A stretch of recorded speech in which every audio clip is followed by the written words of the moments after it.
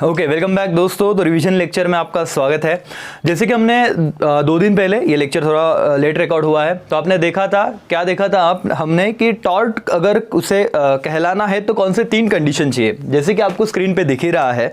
मैं बहुत फास्ट इस लेक्चर को, जैसे हमारा हर दिन का एक पर्पस है, एक टारगेट रखते हैं हम लोग, सो वैसे ही मैं क्या करूँगा, इसको प्रॉपर तरीके से रिवाइज करा के दूंगा आपको, ताकि जब बाद में आप 2-3 महीने बाद इस लेक्चर को देखो सो आपको सारी चीज़ें रिकॉल हो। फर्स्ट थिंग, टॉर्ट कहलाने जाने के लिए कितनी चीज़ें चाहिए? 3 बातें। मैं आपको पहले मॉड्यूल भी दिखा दूं, सो आपको ये भी समझे कि हम जो कुछ कर रहे हैं वो मॉड्यूल के हिसाब से कर रहे हैं, और देन आफ्टर जो टेक्स्टमैन है उसके हिसाब से करेंगे, मतलब उसके कुछ पॉइंट को हम देखेंगे कि किस हिसाब से लिखना होता है करके।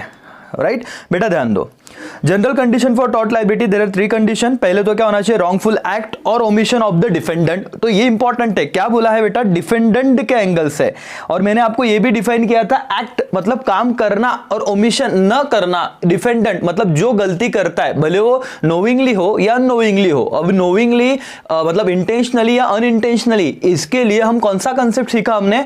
बोलो, कौन सा कंसेप्ट सीखा? स्ट्रिक्ट लायबिलिटी, राइट ना। सो इसीलिए पहले बात तो आपकी वहां पे गलती होना चाहिए, रॉन्गफुल एक्ट होना चाहिए। अब रॉन्गफुल एक्ट मतलब क्या, वो मैं थोड़े देर में आपको बता दूंगा।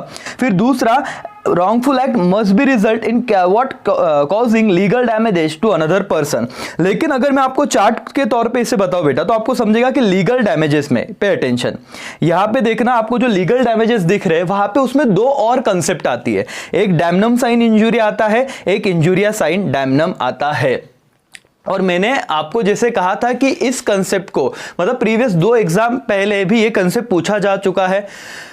डैमनम साइन इंजूरिया में 2 चीजें आती है कि वहां पे आपका लॉस, मतलब आपका मनी से रिलेटेड, हेल्थ से रिलेटेड, कंफर्ट से रिलेटेड डैमेज, लॉस तो होता ही है, लेकिन इंफ्रिंजमेंट ऑफ लीगल राइट भी होता है। वेयरएज इंजूरिया साइन डैमनम, उसका एग्जैक्ट रिवर्स फॉर्म में आप डैमनम साइन इंजूरिया को उल्टा पढ़ोगे तो क्या होगा? इंजूरिया साइन डैमनम, उल्टा है, लेकिन उसमें क्या, सिर्फ इंफ्रिंजमेंट ऑफ लीगल राइट है। भले आपको कोई उसमें लॉस नहीं हुआ, फिर भी वो केस कहा जाएगा, टॉर्ट में जाएगा।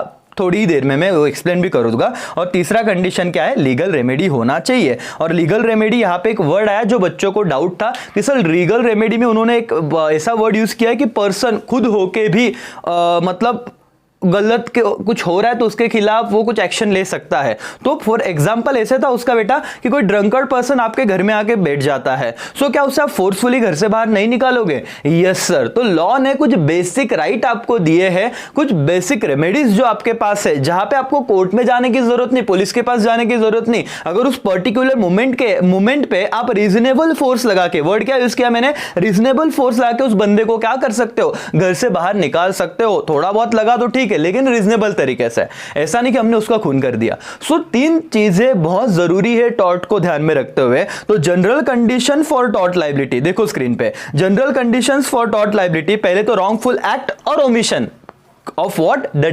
डिफेंडेंट, ये याद रखना है। लीगल डैमेजेस वो कैसे लिखना है मैं आपको बताता ही हूं। और तीसरा पॉइंट क्या था? Legal remedy. तो आंसर लिखते हो कि प्रॉपर लिखना, क्योंकि कुछ कुछ बच्चों ने सिर्फ 2 ही पॉइंट लिखे थे, लीगल रेमेडी लिखना रह गया था, तो ये गलती नहीं करनी है करके। फिर हमको मेंस रिया देखना है। मेंस रिया मतलब क्या?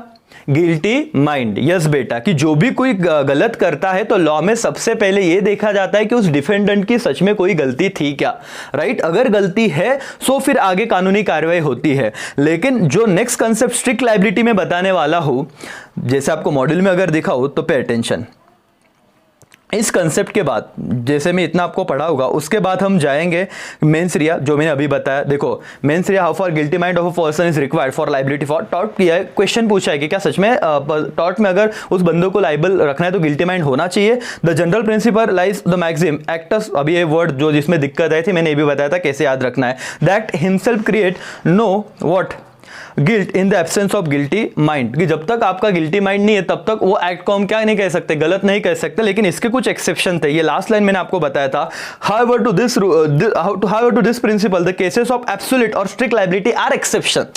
तो अब ये रिवीजन लेक्चर है बराबर ना, तो यहाँ पे हम बहुत स्पीड में जा रहे हैं, लेकिन उस वक्त हमने बहुत डिटेल में मैंने आपको बात बताई थी। तो ये लास्ट लाइन को पिन करके, इस लास्ट लाइन को सिंक करके हमने इस पे बढ़े थे कि टॉर्चर लायबिलिटी कितना होता है, और उसमें से वन ऑफ द लायबिलिटी क्या था? स्ट्रिक्ट लायबिलिटी बेटा, राइट। तो रिवीजन कराना है, मैं इस पे आऊंगा। और स्ट्रिक्ट लायबिलिटी में उसके 3 पॉइंट, और एक्सेप्शंस। तो स्ट्रिक्ट लायबिलिटी में मेंस रिया नहीं हुआ तो भी चलता है। चलो हम बिना समय गवाए रिवीजन पे आ जाते हैं, ताकि आप लोगों को फटाफट से ये लेक्चर आप खत्म कर दो। और आपका पेपर तो वैसे आपने दिया, बहुत अच्छे मार्क्स आए, जैसे दिव्या ने बहुत अच्छा लिखा, सोहम ने भी बहुत अच्छा लिखा है पेपर, प्रणव ने बहुत अच्छा उसमें प्रेजेंटेशन, मतलब उसका प्रेजेंटेशन थोड़ा 19-20 था बट कंटेंट अच्छे से तूने लिखा था करके। और बाकी सब बच्चे जिनके वहां पे नहीं अच्छा गया पेपर, उनको मेहनत करनी है, राइट बेटा। चलो ध्यान दो।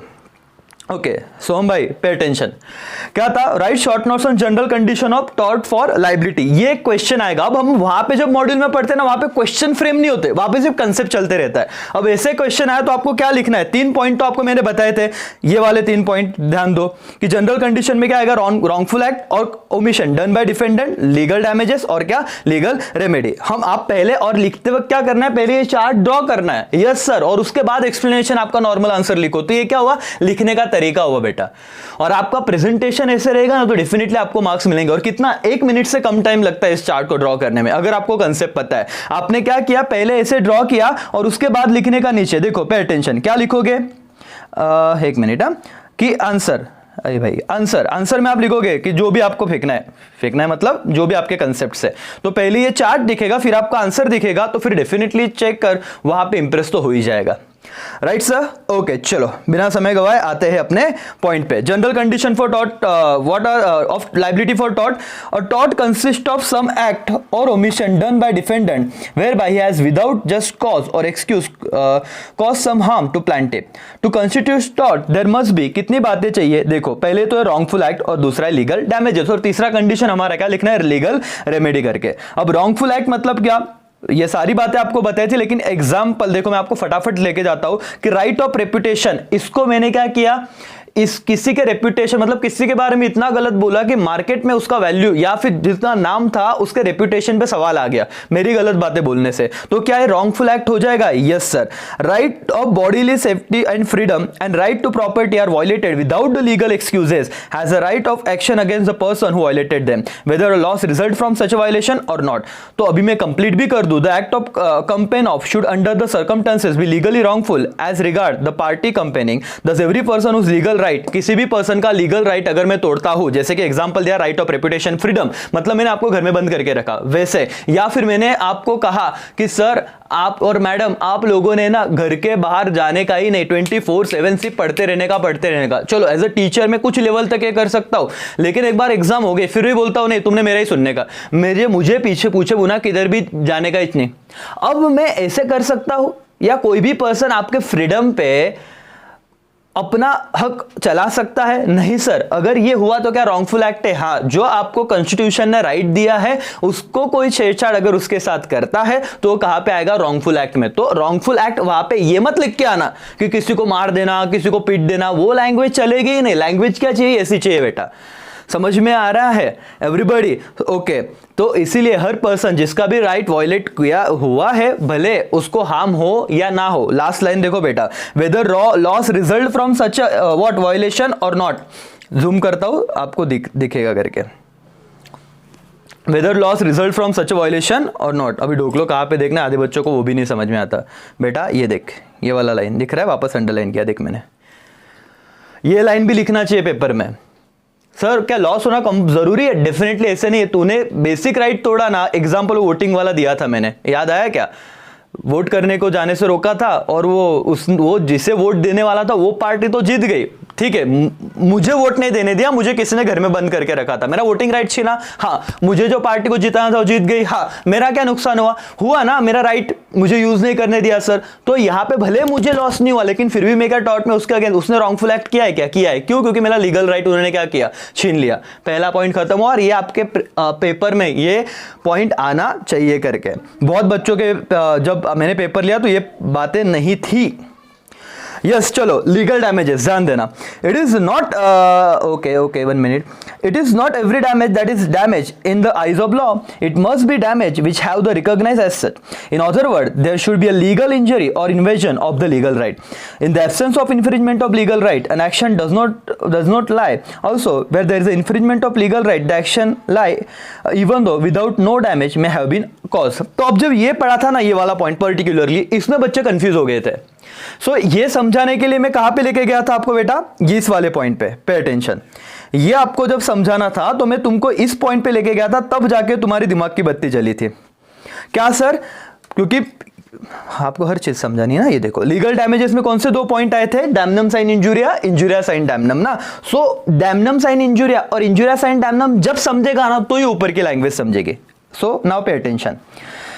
ये पेपर में आया था और कितने अटेम्प्ट में आ गया है वो भी देख लेना बेटा यहाँ पे। सो बहुत इंपॉर्टेंट क्वेश्चन है, सो लाइटली लेने का। डैमनम मींस, अभी लिखने का तरीका देखो, पहले डैमनम बताओ फिर इंजुरिया बताओ। समझ में आ रहा है क्या तुमको? सीधा ये हो गया मीनिंग उसका कि वो कंसेप्ट आपको समझे क्या, फिर उसका थोड़ा बहुत एक्सप्लेनेशन और 4th नंबर क्या, एग्जांपल। तो ये लिखने का तरीका सुनो।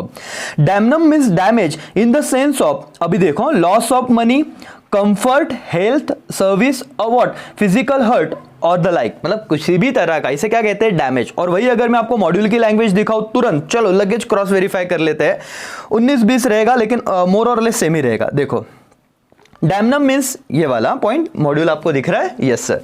Damnum means harm, loss or damage in respect of money, comfort, health etcetera. तो बस इतना ही पॉइंट दिया है। नेक्स्ट तो इंजुरिया क्या है, तो हम यहाँ पे भी वही पढ़ने वाले हैं बेटा। सो दोनों में आपको कंपेयर करा रहा हूँ तो आपके दिमाग में कहीं पे भी कंफ्यूजन ना रह जाए। Injuria means breach of legal right, infringement of right confirm by law on the plaintiff, कि जो प्लांटिव को, प्लांटिव मतलब क्या, जिसके साथ गलत हुआ है, मुझे कुछ राइट दिया था और उसको किसी ने तोड़ा, तो उसे क्या कहते हैं, इंजुरिया।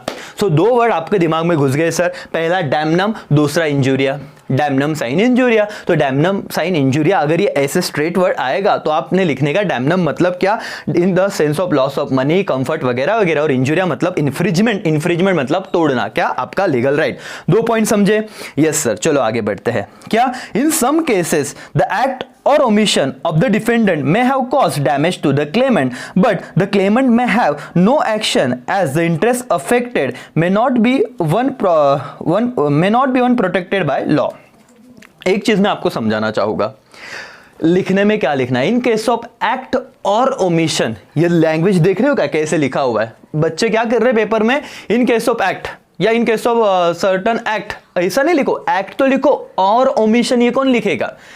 पढ़ते क्या आ रहे हैं हम बेटा, ये देख, आंखें खोल के देखो, रॉन्गफुल एक्ट और ओमिशन पहले से मैंने आपको बताया ना, ये वाला point first one, wrongful act और व्हाट, ओमिशन। तो एक्ट और ओमिशन है आपको लिखना है। सर इतना पॉइंट पे आप क्यों बता रहे हो?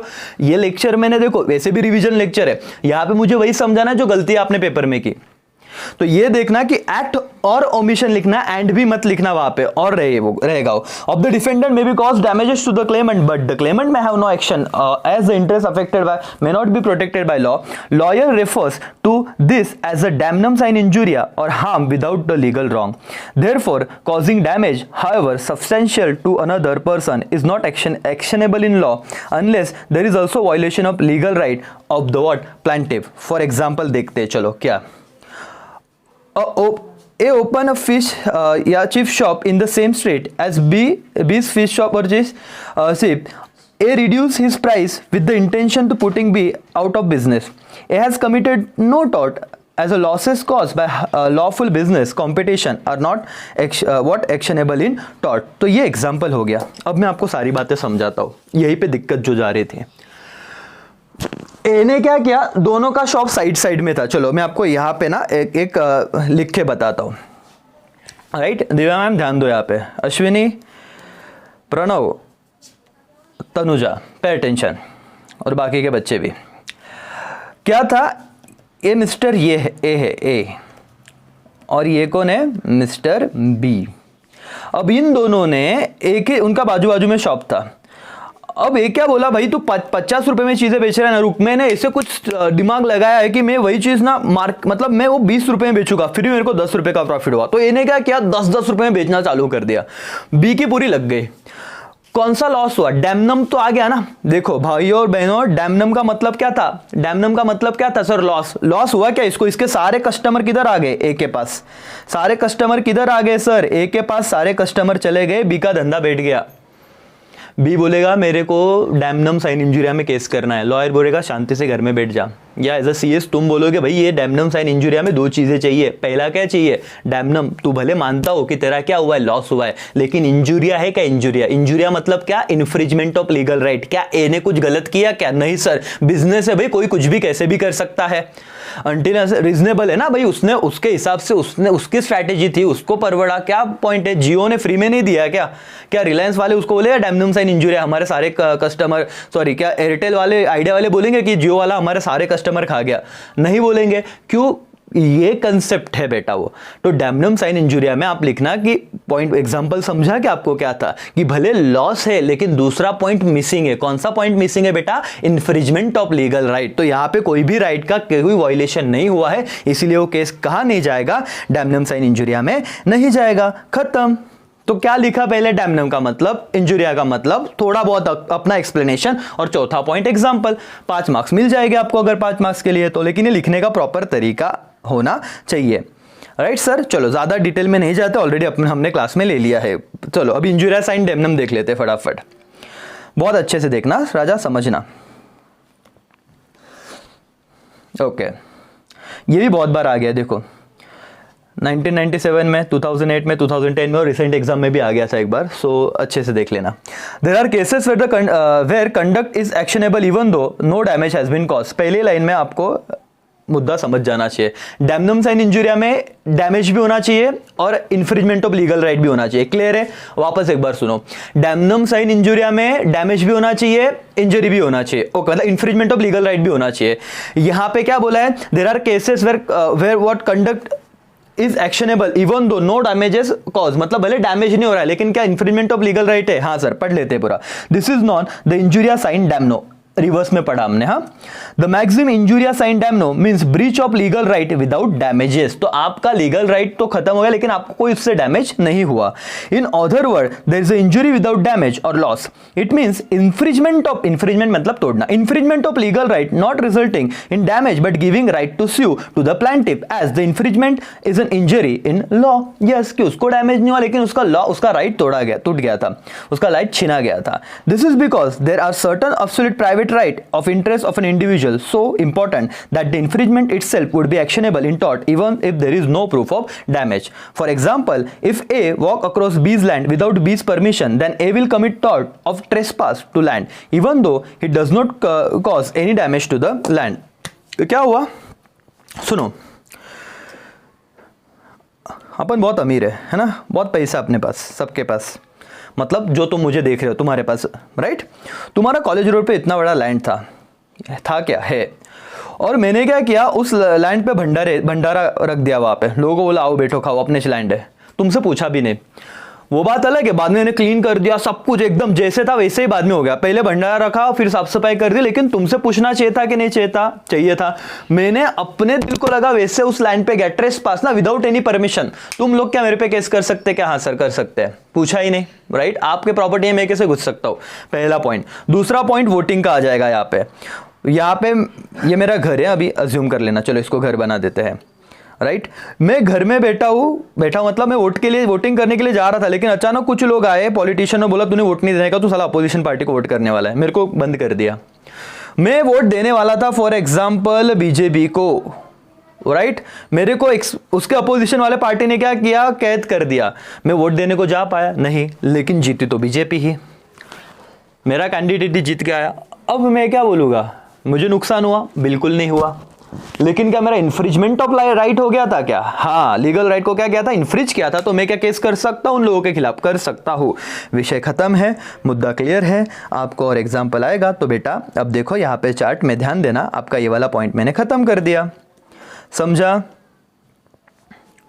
राइट। अदिति, प्रशांत, अब आपको ये वाले पॉइंट में देखो, पहले तो रॉन्गफुल एक्ट बताया, फिर लीगल डैमेजेस में डैमनम साइन इंजुरिया साइन डैमनम खत्म किया। लीगल रेमेडी एक सिंपल सा पॉइंट है, एक बार आप रीड करो मॉड्यूल में, जो आपको मैंने बता भी दिया था कि लीगल रेमेडी में आपके पास क्या रहता है, उसको अपोज करने का पूरा लीगल राइट रहता है बेटा, राइट। चलो ये देखो एग्जाम्पल दिए, जो मैंने आपको नोट्स भेजी ना, उसमें पढ़ लेना करके। सो एक एग्जाम्पल मैं फटाफट पढ़ लेता हूँ जो मैंने आपको दिया है, और ये 5 मार्क का एग्जाम्पल था CA सेंटर में। सो जो इसीलिए मैं हर वर्ड पे क्यों इतना एम्फेसिस देता हूँ, बिकॉज आपको हर चीज़ें समझनी चाहिए करके, राइट। चलो, In the parliamentary by election of 2019, Abhishek was qualified voter. The returning officer wrongfully refused to register a duty tender vote by Abhishek. No loss was suffered by Abhishek because the candidate to whom he wanted to vote was declared as elected. At Abhishek sued the returning officer for damages. Will Abhishek succeed? क्या अभिषेक success होगा क्या अभिषेक को?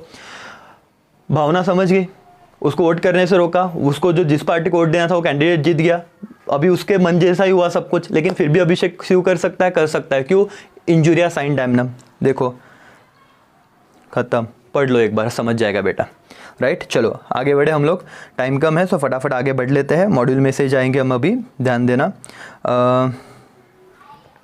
उसके बाद अभी जैसे मुझे बताना था कि मैं एकदम फास्ट है, मेंस रिया मैंने बता दिया कि गिल्टी माइंड होना चाहिए, बट टॉर्ट में स्ट्रिक्ट लायबिलिटी में गिल्टी माइंड नहीं रहा तो भी चलेगा। स्ट्रिक्ट लायबिलिटी में 3 केसेस देखी थी। पहले इनएविटेबल एक्सीडेंट। इनएविटेबल एक्सीडेंट मतलब मैंने क्या कहा था आपको कि ऐसे जहां पे बोलते ना कि अब नॉर्मल चीज है, मतलब मैंने एग्जांपल दिया था कि प्ले स्कूल है बच्चों का, राइट, जैसे किंडरगार्टन वगैरह हो गया, वहां पे मैं बच्चों को हर चीज एग्जांपल देता हूं। जैसे मैं बोलता हूं कि ये देखो ये वॉच है, अब बच्चा जब इसे देखेगा तो समझेगा अरे हाँ ये वॉच है करके, फिर मैं बताऊंगा ये देखो ये क्या है, पावर बैंक है।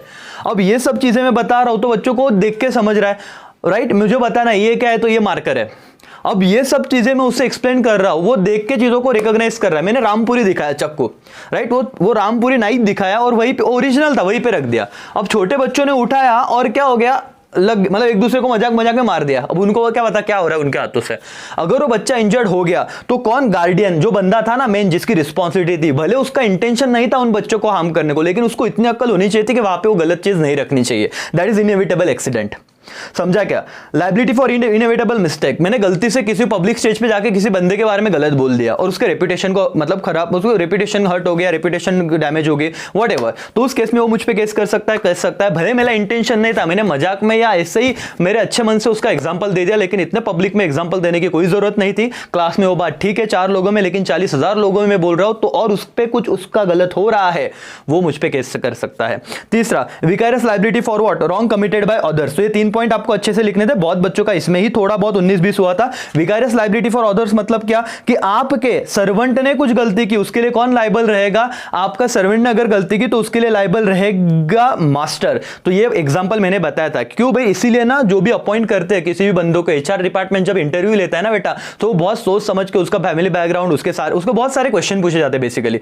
सो आपने एज अ मास्टर आपकी बहुत सारी रिस्पॉन्सिबिलिटी बढ़ जाती है, क्योंकि विकारियस ये जो लायबिलिटी, स्ट्रिक्ट लायबिलिटी, इसमें पूछा नहीं जाएगा कि मास्टर की गलती थी कि नहीं, सर्वेंट ने गलती की, उठा के लेके जाओ मास्टर को। बहुत डिटेल में मैंने क्लास में उसको एक्सप्लेन किया हुआ है।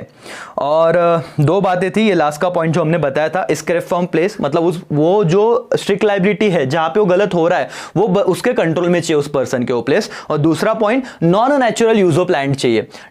ये केस जो मैंने आपको बताया था, देखो कौन सा केस हमने सीखा था बेटा, रेलैंड वर्सेस फ्लेचर। ये मैंने कहा था, पढ़ो भी। उस बंदे ने क्या एक एक रिजर्वियर बना दिया, पानी का टंकी बहुत बड़ा, और वो फूट गया, राइट। वो फूटने की वजह से पूरे गांव में पानी हो गया, और मिल में पानी चला गया जहां पे लोग काम कर रहे थे, लोग मर गए या फिर मिल खराब हो गया। अब उस केस में क्या अननेचुरल यूज ऑफ लैंड हुआ था? हाँ, तो उसमें क्या स्ट्रिक्ट लायबिलिटी आ जाएगी। सो एक चीज याद रखना, स्ट्रिक्ट लायबिलिटी में जो 2 पॉइंट है ना, उसमें से दूसरा non natural use of land होना बहुत जरूरी है राजा। ओके चलो आगे बढ़ते हैं सर। एक्सेप्शन एकदम फटाफट बता दूंगा मैं। पहले तो क्या था, damage due to natural use. अगर एक्सेप्शन मतलब क्या, यहां पे स्ट्रिक्ट लायबिलिटी एप्लीकेबल नहीं होगी। Damage due to natural use, अगर मैं प्रॉपर तरीके से लैंड का नेचुरल यूज कर रहा हूं, मैंने एग्जांपल दिया था, मैंने क्या किया, मैं फार्मर हूं ना, तो मैंने हर फार्मर को देखो एक बांध लगता है जिसमें पानी जाता है उसमें से, तो और कोई थर्ड पार्टी आके मैंने नेचुरल यूज किया, ज्यादा पानी आ गया और उसकी वजह से पानी इधर उधर चला गया, तो मेरे पे कोई कंप्लेंट नहीं कर सकता, क्योंकि मैंने क्या किया था, नेचुरल। हर कोई बंदा वैसे यूज करता है जो मैंने यूज किया था उस चीज को, राइट। तो नेचुरल यूज अगर है सो लैंड का, और उस केस में अगर किसी थर्ड पार्टी को हार्म होता है तो स्ट्रिक्ट लायबिलिटी में नहीं आएगा। वहां पे केस स्टडी क्या लिखना था, मैंने आपको डायग्राम बोलते हैं ना कि टी डायग्राम बता के ड्रॉ करके ये भी बताया था कि कौन सा केस स्टडी, 5 केस स्टडी लिखने यहाँ पे। रेलैंड वर्सेस फ्लेचर पहला आ गया। दूसरा पॉइंट, कंसेंट ऑफ प्लांटिव, दोनों ने मिलके मतलब प्लांटिफ जिसके साथ गलत हुआ, मैं, मेरा साइड वाला बंदा और मैं, वो बोल रहा है बांधू क्या पानी की टंकी मेरे ग्राउंड में, मतलब आंगन में, अननेचुरल यूज है, ओके मैं बोलता बांधना भाई, फायदा मेरे को भी होगा, मैंने कंसेंट दिया और फिर वो टंकी टूटा, मैं भी उसमें बह गया, गलती कंप्लेंट कर सकता है क्या? नहीं सर, मेरा कंसेंट था। केस किसका एग्जांपल, यहां पे कोई आपको केस स्टडी है ना? Yes sir, Rylands versus Fletcher है, तो पहले दो में रेलैंड वर्सेस फ्लेचर को आपको केस स्टडी रेफरेंस देना है पेपर में। आगे act of third party, act of third party में क्या सीखा? स्ट्रेंजर, जिसपे मेरा कोई कंट्रोल नहीं है, मैं घर में बैठा, वो घर में बैठा, कोई तीसरा ही बंदा कुछ कांड करके चला गया, मेरा ना उस पे कंट्रोल था ना कुछ उस पे, मतलब मुझे पता ही नहीं क्या हो रहा है।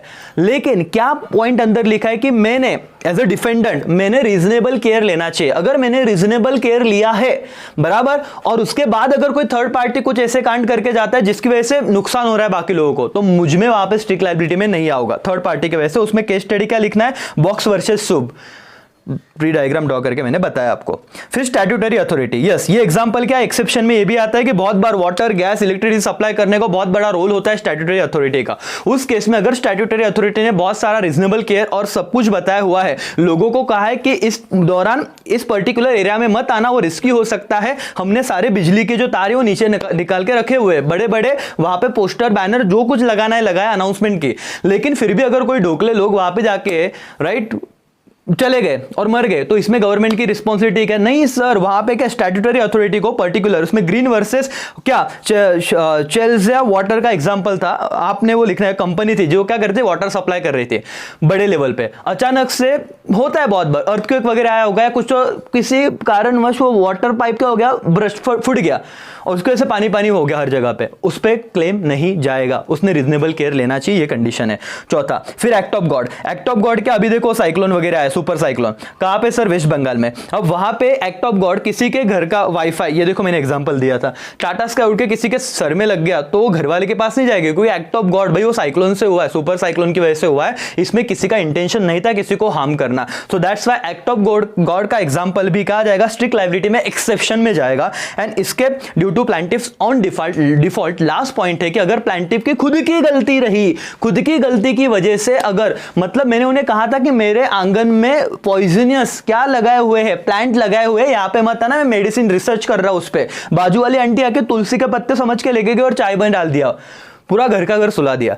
अब पॉइंट क्या था, मेरी गलती है क्या? नहीं, किसकी गलती है? प्लांटिफ की, वो मेरे प्रीमाइसेस में है, उसके ऑन डिफॉल्ट है, मैंने तो बाहर हर लैंग्वेज में बोर्ड लगाया कि पॉइजनस है, समझा? तो इस केस में मुझ पे लायबिलिटी नहीं आएगी। दोस्तों, भाइयों और बहनों, बहुत फास्ट में खत्म किया क्योंकि हमने बहुत डिटेल में इस पे डिस्कशन किया था। होप सो यहां तक आपका लिंक लग गया होगा अभी, राइट? स्ट्रिक्ट लायबिलिटी और उसके एक्सेप्शन, और अभी तक टैबरूस का पेपर भी हो गया है और आज अभी दूसरा पेपर भी हम लेने वाले हैं। सो राइटिंग प्रैक्टिस जितना होगा उतना इंपॉर्टेंट है, क्योंकि जेपी में हमको बहुत अच्छे से स्कोर करना है, राइट? तो मिलकर आगे बढ़ेंगे, तब तक के लिए चलो पढ़ते रहो, सेफ रहो, बाय बाय, टेक केयर, जय हिंद, जय भारत।